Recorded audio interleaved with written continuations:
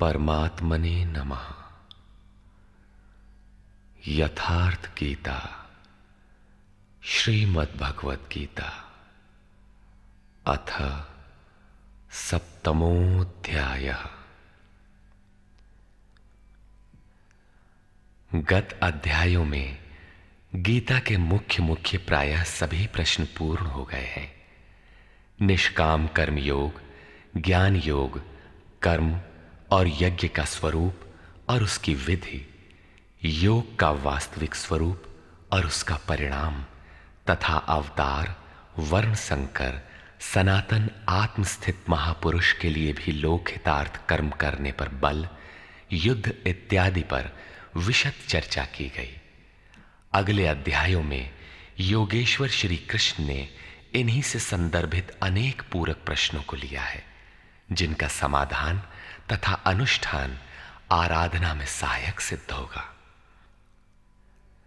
छठे अध्याय के अंतिम श्लोक में योगेश्वर ने यह कहकर प्रश्न का स्वयं बीजारोपण कर दिया कि जो योगी मद्गतेनांतरात्मना, मुझ में अच्छी प्रकार स्थित अंतःकरण वाला है, उसे मैं अतिशय श्रेष्ठ योगी मानता हूं। परमात्मा में अच्छी प्रकार स्थिति क्या है? बहुत से योगी परमात्मा को प्राप्त तो होते हैं, फिर भी कहीं कोई कमी उन्हें खटकती है। लेश मात्र भी कसर न रह जाए, ऐसी अवस्था कब आएगी? संपूर्णता से परमात्मा की जानकारी कब आएगी, कब होती है? इस पर योगेश्वर श्री कृष्ण कहते हैं, श्री भगवान उवाच,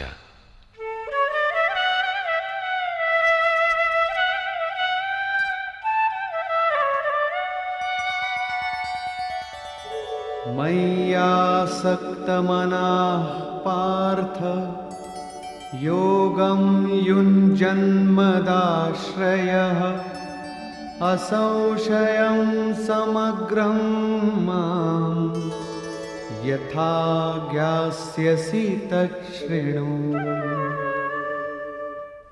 पार्थ, तू मुझ में आसक्त हुए मन वाला, बाहरी नहीं अपितु मदाश्रय अर्थात मेरे परायण होकर योग में लगा हुआ, छोड़कर नहीं, मुझको जिस प्रकार संशय रहित जानेगा उसको सुन, जिसे जानने के पश्चात लेश मात्र भी संशय न रह जाए।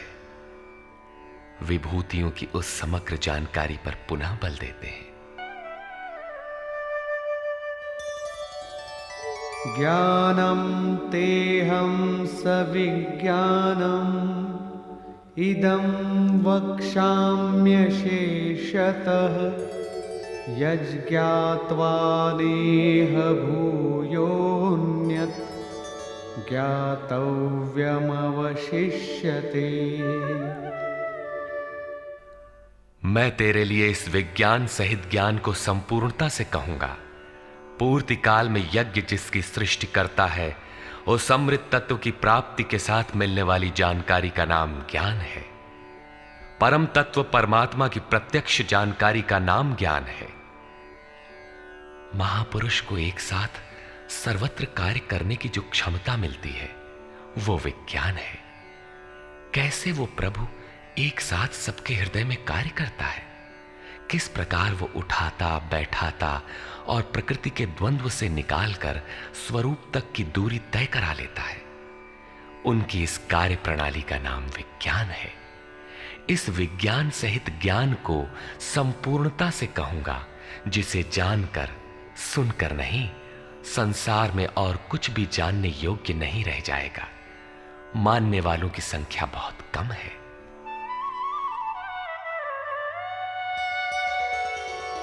मनुष्याणां सहस्रेषु कश्चिद्यतति सिद्धये यततामपि सिद्धानां कश्चिन्मां वेत्ति तत्वतः। हजारों मनुष्यों में कोई ही मनुष्य मेरी प्राप्ति के लिए यत्न करता है, और उन यत्न करने वाले योगियों में भी कोई विरला ही पुरुष मुझे तत्व अर्थात साक्षात्कार के साथ जानता है। अब समग्र तत्व है कहां? एक स्थान पर पिंड रूप में है अथवा सर्वत्र व्याप्त है, इस पर योगेश्वर श्री कृष्ण कहते हैं,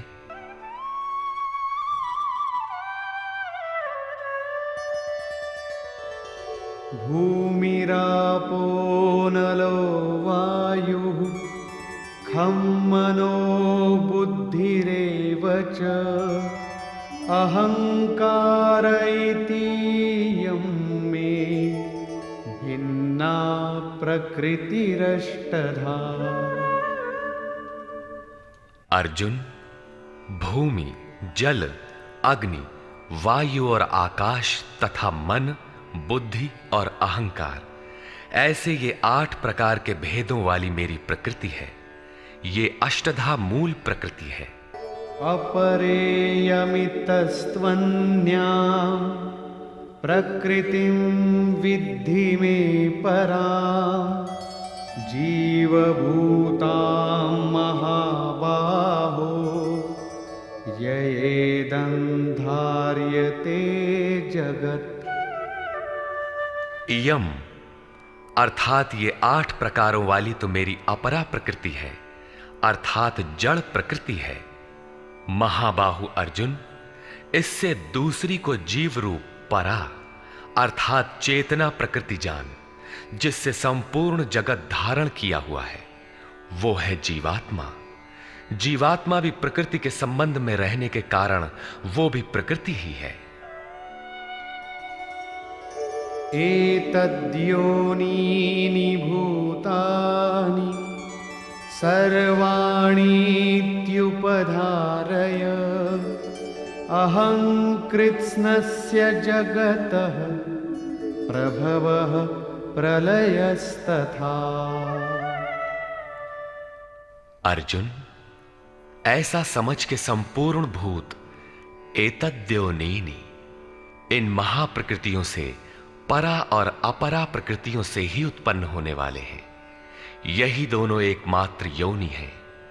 मैं संपूर्ण जगत की उत्पत्ति तथा प्रलय रूप हूं, अर्थात मूल कारण हूं। जगत की उत्पत्ति मुझसे है और प्रलय अर्थात विलय भी मुझ में है। जब तक प्रकृति विद्यमान है तब तक मैं ही उसकी उत्पत्ति हूं, और जब कोई महापुरुष प्रकृति का पार पा लेता है तब मैं ही महाप्रलय भी हूं, जो अनुभव में आता है। सृष्टि की उत्पत्ति और प्रलय के प्रश्न को मानव समाज ने कौतूहल से देखा है। विश्व के अनेक शास्त्रों में इसे किसी न किसी तरह समझने का प्रयास चला आ रहा है। कोई कहता है प्रलय में संसार डूब जाता है, तो किसी के अनुसार सूर्य इतना नीचे आ जाता है कि पृथ्वी जल जाती है। कोई इसी को कयामत कहता है कि इसी दिन सबका फैसला सुनाया जाता है, तो कोई नित्य प्रलय, नैमित्तिक प्रलय की गणना में व्यस्त है।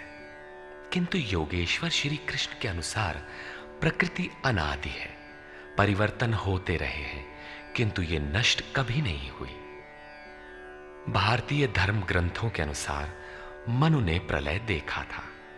इसके साथ 11 ऋषियों ने मत्स्य की सींग में नाव बांधकर हिमालय के एक उत्तुंग शिखर की शरण ली थी।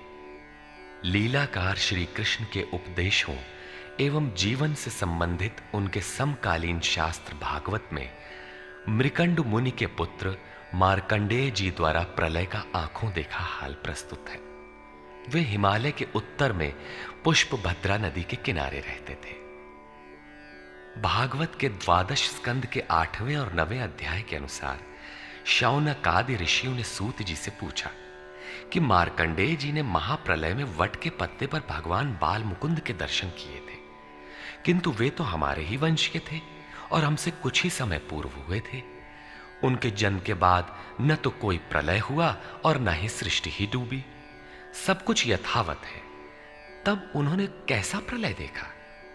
सूत जी ने बताया कि मार्कंडेय जी की प्रार्थना से प्रसन्न होकर नर नारायण ने उन्हें दर्शन दिया। मार्कंडेय जी ने कहा कि मैं आपकी वो माया देखना चाहता हूं जिससे प्रेरित होकर ये आत्मा अनंत योनियों में भ्रमण करता है। भगवान ने स्वीकार किया और एक दिन जब मुनि अपने आश्रम में भगवान के चिंतन में तन्मय हो रहे थे, तब उन्हें दिखाई पड़ा कि चारों ओर से समुद्र उमड़कर उनके ऊपर आ रहा है। उसमें मगर छलांगे लगा रहे थे। उनकी चपेट में ऋषि मार्कंडेय भी आ रहे थे। वे इधर उधर बचने के लिए भाग रहे थे। आकाश, सूर्य, पृथ्वी, चंद्रमा, स्वर्ग, ज्योतिष मंडल सभी उस समुद्र में डूब गए। इतने में मार्कंडेय जी को एक बरगद का पेड़ और उसके पत्ते पर एक शिशु दिखाई दिया। श्वास के साथ मार्कंडेय जी भी उस शिशु के उदर में चले गए और अपना आश्रम, सूर्यमंडल सहित सृष्टि को जीवित पाया और पुनः श्वास के साथ उस शिशु के उदर से वे बाहर आ गए। नेत्र खुलने पर मार्कंडेय ने अपने को उसी आश्रम में अपने ही आसन पर पाया। स्पष्ट है कि करोड़ों वर्ष के भजन के पश्चात उन मुनि ने ईश्वरीय दृश्य को अपने हृदय में देखा, अनुभव में देखा। बाहर सब कुछ ज्यों का त्यों था। अतः प्रलय योगी के हृदय में ईश्वर से मिलने वाली अनुभूति है। भजन की पूर्ति काल में योगी के हृदय में संसार का प्रवाह मिटकर अव्यक्त परमात्मा ही शेष बचता है। यही प्रलय है। बाहर प्रलय नहीं होता। महाप्रलय शरीर रहते ही अद्वैत की अनिर्वचनीय स्थिति है। यह क्रियात्मक है। केवल बुद्धि से निर्णय लेने वाले भ्रम का ही सृजन करते हैं, चाहे हम हों या आप। इसी पर आगे देखें।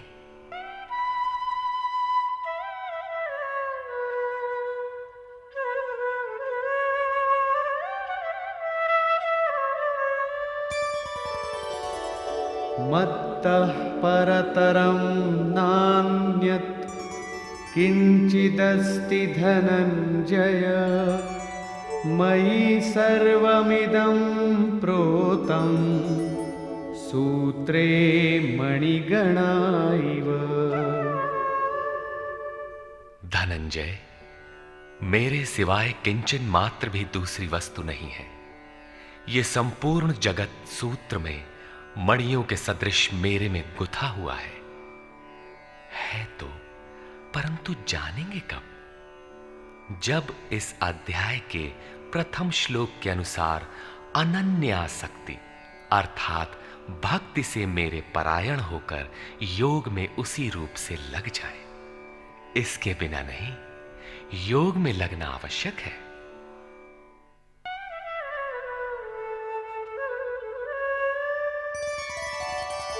रसोऽहमप्सु कौन्तेय प्रभास्मि शशिसूर्ययोः, प्रणवः सर्ववेदेषु शब्दः के पौरुषं नृषु। कौन्तेय, जल में मैं रस हूं, चंद्रमा और सूर्य में प्रकाश हूं, संपूर्ण वेदों में मैं ओंकार हूं। ओ धन अहम धनकार, स्वयं का आकार हूं। आकाश में शब्द और पुरुषों में पुरुष तत्व हूं, तथा मैं पुण्यो गन्धः पृथिव्यां च तेजश्चास्मि विभावसौ, जीवनं सर्वभूतेषु तपश्चास्मि तपस्विषु। पृथ्वी में पवित्र गंध और अग्नि में तेज हूं, संपूर्ण जीवों में उनका जीवन हूं और तपस्वियों में उनका तप हूं। बीजं मां सर्वभूतानां विद्धि पार्थ सनातनम्, बुद्धिर्बुद्धिमतामस्मि तेजस्तेजस्विनामहम्।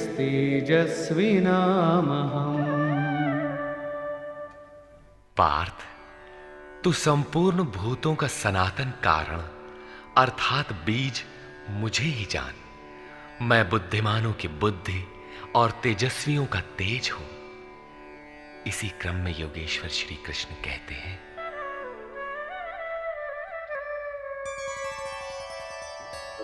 बलं बलवतां चाहं कामरागविवर्जितं धर्माविरुद्धो भूतेषु कामोऽस्मि भरतर्षभ। हे भरत श्रेष्ठ अर्जुन, मैं बलवानों का कामना और आसक्ति रहित बल हूं। संसार में सब बलवान ही तो बनते हैं। कोई दंड बैठक लगाता है, कोई परमाणु इकट्ठा करता है, किंतु नहीं, श्री कृष्ण कहते हैं कि काम और राग से परे जो बल है वो मैं हूं, वही वास्तविक बल है। सब भूतों में धर्म के अनुकूल कामना मैं हूं। पर ब्रह्म परमात्मा ही एकमात्र धर्म है जो सबको धारण किए हुए है। जो शाश्वत आत्मा है वही धर्म है। जो उससे अविरोध रखने वाली कामना है मैं हूं। आगे भी श्री कृष्ण ने कहा कि अर्जुन, मेरी प्राप्ति के लिए इच्छा कर। सब कामनाएं तो वर्जित हैं, किंतु उस परमात्मा को पाने की कामना आवश्यक है, अन्यथा आप साधन कर्म में प्रवृत्त नहीं होंगे। ऐसी कामना भी मेरी ही देन है।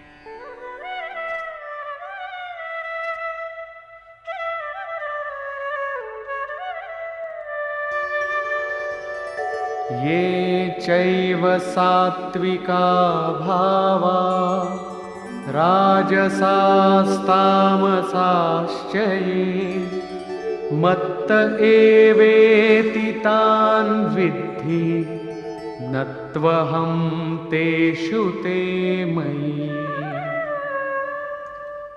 और भी जो सत्वगुण से उत्पन्न होने वाले भाव हैं, जो रजोगुण और तमोगुण से उत्पन्न होने वाले भाव हैं, उन सबको तुम मुझसे ही उत्पन्न होने वाले हैं ऐसा जान।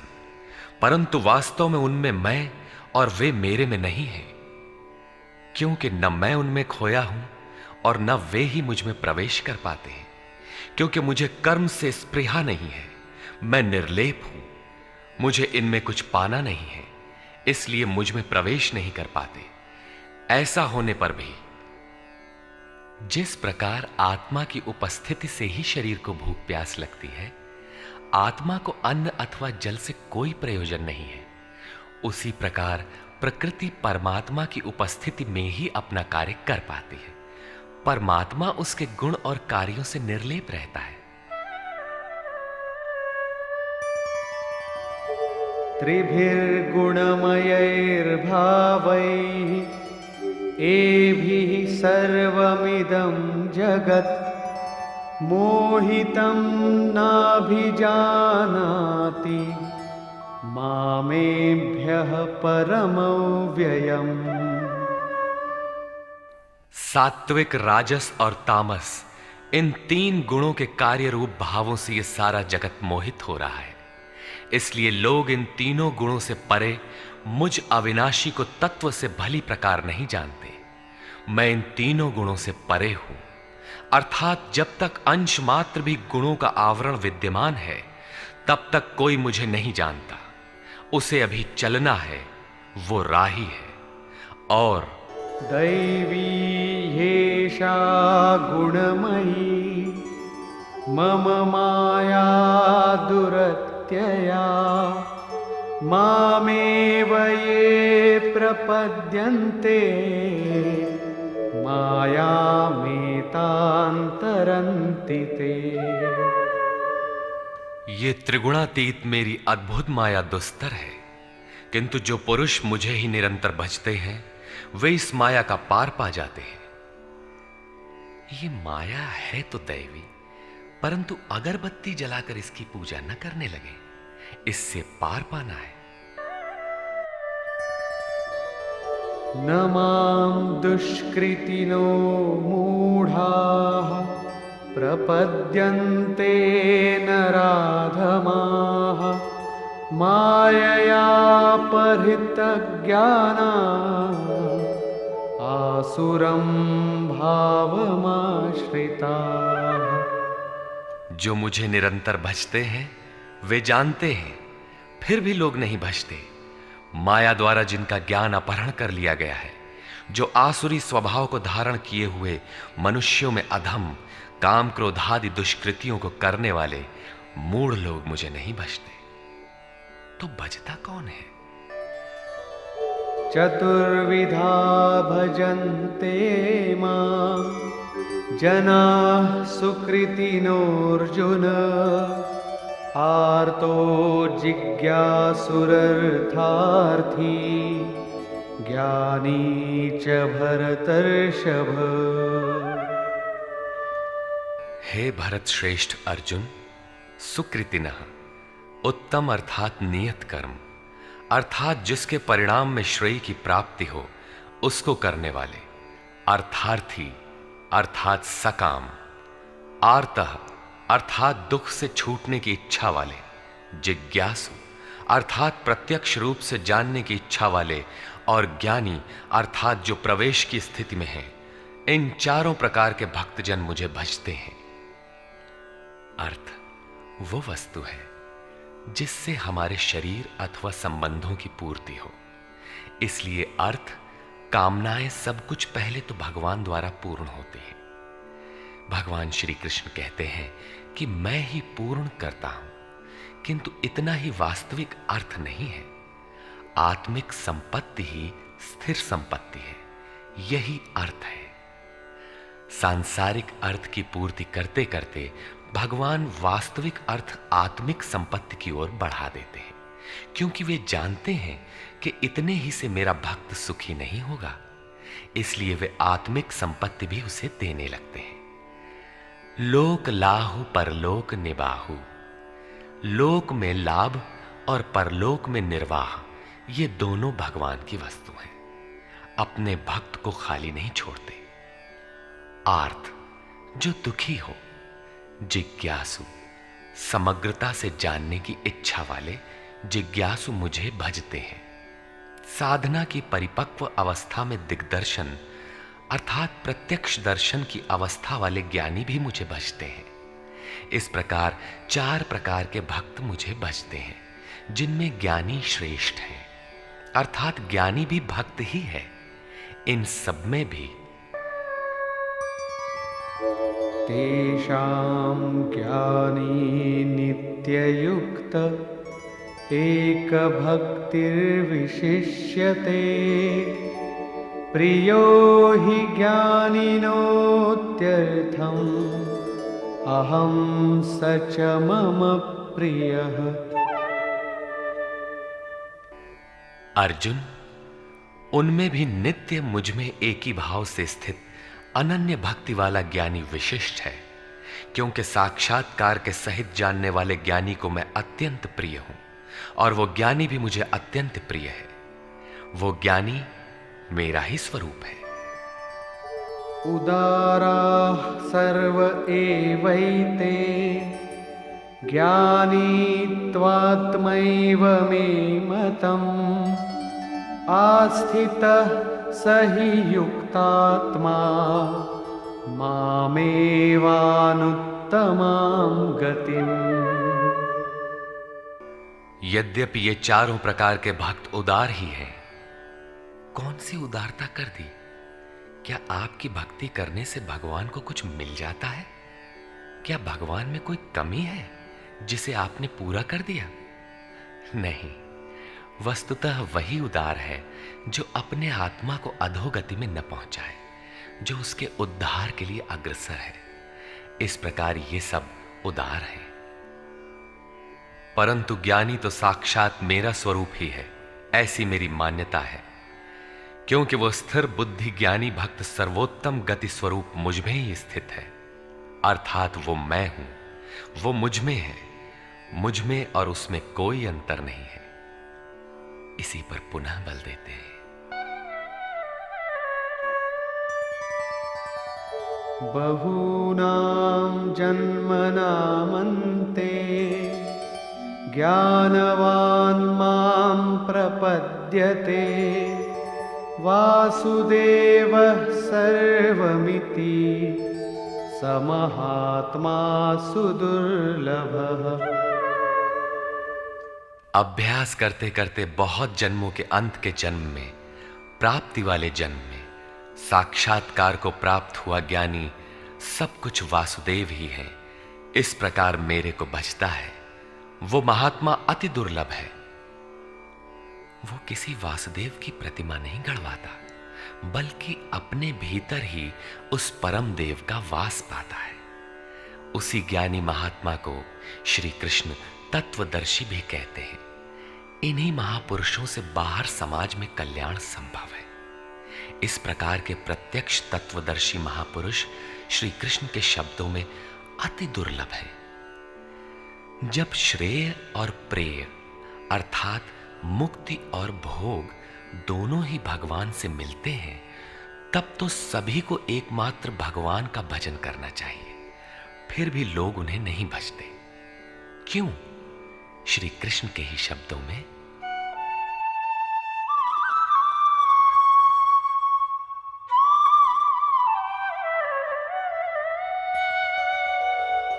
कामैस्तैस्तैर्हितज्ञानाः प्रपद्यन्तेऽन्यदेवताः तन्तन्नियममास्थाय प्रकृत्या नियताः स्वया। वो तत्वदर्शी महात्मा अथवा परमात्मा ही सब कुछ है। लोग ऐसा समझ नहीं पाते, क्योंकि भोगों की कामनाओं द्वारा लोगों का विवेक अपहरण कर लिया गया है। इसलिए वे अपनी प्रकृति अर्थात जन्म जन्मांतरों से अर्जित संस्कारों के स्वभाव से प्रेरित होकर मुझ परमात्मा से भिन्न अन्य देवताओं और उनके लिए प्रचलित नियमों की शरण लेते हैं। यहां अन्य देवता का प्रसंग पहली बार आया है। यो यो यां यां तनुं भक्तः श्रद्धयार्चितुमिच्छति तस्य तस्याचलां श्रद्धां तामेव विदधाम्यहम्। जो जो सकामी भक्त जिस जिस देवता के स्वरूप को श्रद्धा से पूजना चाहता है, मैं उसी ही देवता के प्रति उसकी श्रद्धा को स्थिर करता हूं। मैं स्थिर करता हूं, क्योंकि देवता नाम की कोई वस्तु होती तब तो वो देवता ही श्रद्धा को स्थिर करता। सतया श्रद्धया युक्तः तस्याराधनमीहते लभते च ततः कामान् मयैव विहितान् हितान्। वो पुरुष उस श्रद्धा से युक्त होकर उस देव विग्रह के पूजन में तत्पर होता है और उस देवता के माध्यम से मेरे ही द्वारा निर्मित उन इच्छित भोगों को निसंदेह प्राप्त होता है। भोग कौन देता है? मैं ही देता हूं। उसकी श्रद्धा का परिणाम है भोग, न कि किसी देवता की देन। किंतु वो फल तो पा ही लेता है, फिर इसमें बुराई क्या है? इस पर कहते हैं,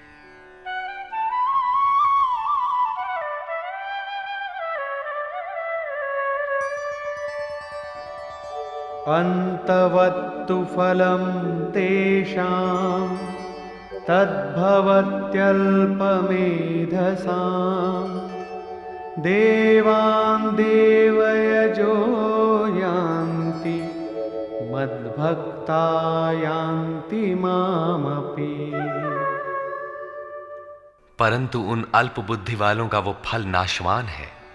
आज फल है तो भोगते भोगते नष्ट हो जाएगा, इसलिए नाशवान है। देवताओं को पूजने वाले देवताओं को प्राप्त होते हैं, अर्थात देवता भी नाशवान है। देवताओं से लेकर यावन मात्र जगत परिवर्तनशील और मरणधर्मा है।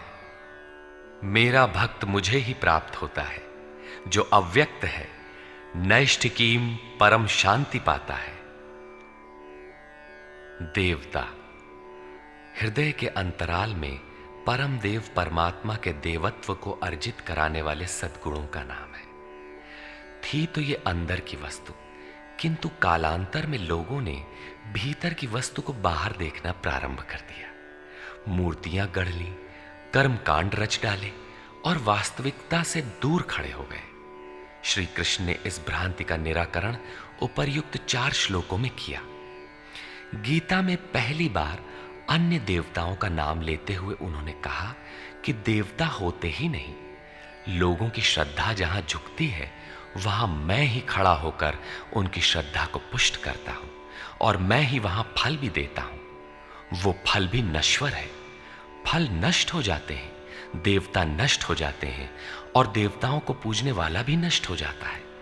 जिनका विवेक नष्ट हो गया है वे मूढ़ बुद्धि ही अन्य देवताओं को पूजते हैं।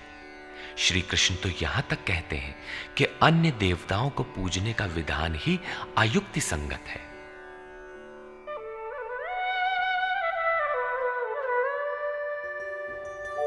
अव्यक्तं व्यक्तिमापन्नं मन्यन्ते माम बुद्धयः परं भावमजानन्तो ममाव्ययमनुत्तमम्। यद्यपि जब देवताओं के नाम पर देवता नाम की कोई वस्तु है ही नहीं, जो फल मिलता है वो भी नाशवान है, फिर भी सब लोग मेरा भजन नहीं करते, क्योंकि बुद्धिहीन पुरुष अर्थात कामनाओं द्वारा जिनका ज्ञान अपहृत हो गया है, वे मेरे सर्वोत्तम, अविनाशी और परम प्रभाव को भली प्रकार नहीं जानते। इसलिए वे मुझ अव्यक्त पुरुष को व्यक्ति भाव को प्राप्त हुआ मानते हैं, मनुष्य मानते हैं। अर्थात श्री कृष्ण भी मनुष्य शरीरधारी योगी थे, योगेश्वर थे। जो स्वयं योगी हो और दूसरों को भी योग प्रदान करने की जिनमें क्षमता हो, उन्हें योगेश्वर कहते हैं। साधना के सही दौर में पड़कर क्रमशः उत्थान होते होते महापुरुष भी उसी परम भाव में स्थित हो जाते हैं। शरीरधारी होते हुए भी वे उसी अव्यक्त स्वरूप में स्थित हो जाते हैं। फिर भी कामनाओं से विवश मंद बुद्धि के लोग उन्हें साधारण व्यक्ति ही मानते हैं। वे सोचते हैं कि हमारी ही तरह तो ये भी पैदा हुए हैं, भगवान कैसे हो सकते हैं। उन बेचारों का दोष भी क्या है। दृष्टिपात करते हैं तो शरीर ही दिखाई पड़ता है। वे महापुरुष के वास्तविक स्वरूप को देख क्यों नहीं पाते। इस पर योगेश्वर श्री कृष्ण से ही सुने।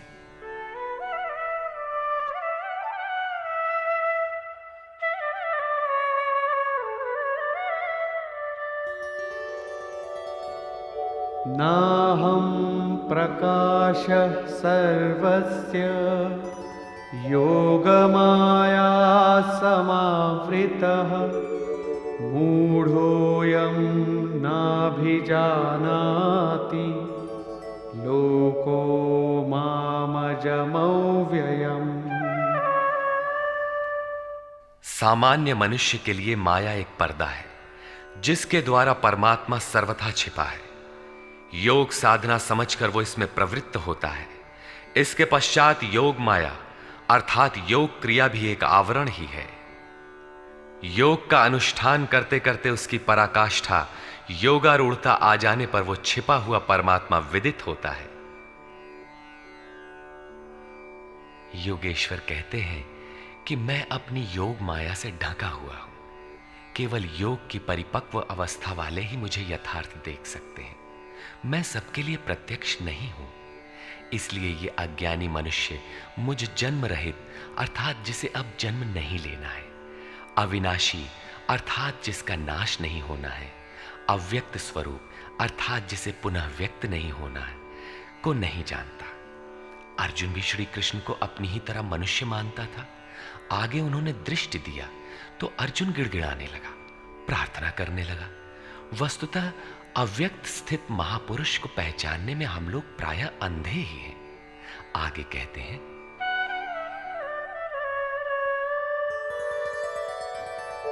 वेदाहं समतीतानि वर्तमानानि चार्जुन भविष्याणि च भूतानि मां तु वेद न कश्चन। अर्जुन, मैं अतीत, वर्तमान और भविष्य में होने वाले संपूर्ण प्राणियों को जानता हूं, परंतु मुझे कोई नहीं जानता। क्यों नहीं जान पाता? इच्छा द्वेष समुत्थेन द्वंद्व मोहेन भारत सर्वभूतानि सम्मोहम् सर्गे यान्ति परन्तप। भरतवंशी अर्जुन, इच्छा और द्वेष अर्थात राग द्वेषादि द्वंद्व के मोह से संसार के संपूर्ण प्राणी अत्यंत मोह को प्राप्त हो रहे हैं, इसलिए मुझे नहीं जान पाते। तो क्या कोई जानेगा ही नहीं? योगेश्वर श्री कृष्ण कहते हैं,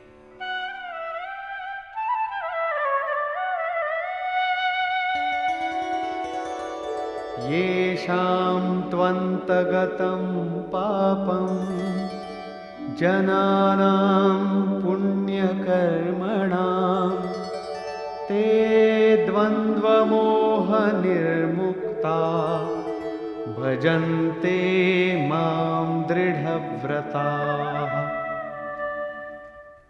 परंतु पुण्य कर्म अर्थात जो संस्कृति का अंत करने वाला है, जिसका नाम कार्यम कर्म, नियत कर्म, यज्ञ की प्रक्रिया कहकर बारंबार समझाया है, उस कर्म को करने वाले जिन भक्तों का पाप नष्ट हो गया है, वे राग द्वेषादि द्वंद्व के मोह से भली प्रकार मुक्त होकर व्रत में दृढ़ रहकर मुझे भजते हैं। किस लिए भजते हैं? जरामरणमोक्षाय मामाश्रित्य यतन्ति ये ते ब्रह्म तद्विदुः कृत्स्नम् अध्यात्मं कर्म चाखिलम्। जो मेरी शरण होकर जरा और मरण से मुक्ति पाने के लिए प्रयत्न करते हैं, वे पुरुष उस ब्रह्म को, संपूर्ण अध्यात्म को और संपूर्ण कर्म को जानते हैं। और इसी क्रम में साधिभूताधिदैवं मां साधियज्ञं च ये विदुः प्रयाणकालेऽपि च मां ते विदुर्युक्तचेतसः। जो पुरुष अधिभूत, अधिदैव तथा अधियज्ञ के सहित मुझे जानते हैं, मुझ में समाहित चित्त वाले वे पुरुष अंतकाल में भी मुझको ही जानते हैं, मुझ में ही स्थित रहते हैं और सदैव मुझे प्राप्त रहते हैं। 26वें 27वें श्लोक में उन्होंने कहा कि मुझे कोई नहीं जानता, क्योंकि वे मोहग्रस्त हैं, किंतु जो उस मोह से छूटने के लिए प्रयत्नशील हैं, वे संपूर्ण ब्रह्म, संपूर्ण अध्यात्म, संपूर्ण कर्म, संपूर्ण अधिभूत, संपूर्ण अधिदैव और संपूर्ण अधियज्ञ सहित मुझको जानते हैं। अर्थात इन सब का परिणाम मैं अर्थात सद्गुरु हूं। वही मुझे जानता है, ऐसा नहीं कि कोई नहीं जानता। निष्कर्ष, इस 7वें अध्याय में योगेश्वर श्री कृष्ण ने बताया कि अनन्य भाव से मुझ में समर्पित होकर, मेरे आश्रित होकर जो योग में लगता है, वो समग्र रूप से मुझे जानता है। मुझे जानने के लिए हजारों में कोई विरला ही प्रयत्न करता है और प्रयत्न करने वालों में विरला ही कोई जानता है। वो मुझे पिंड रूप में एक देशीय नहीं वरन सर्वत्र व्याप्त देखता है।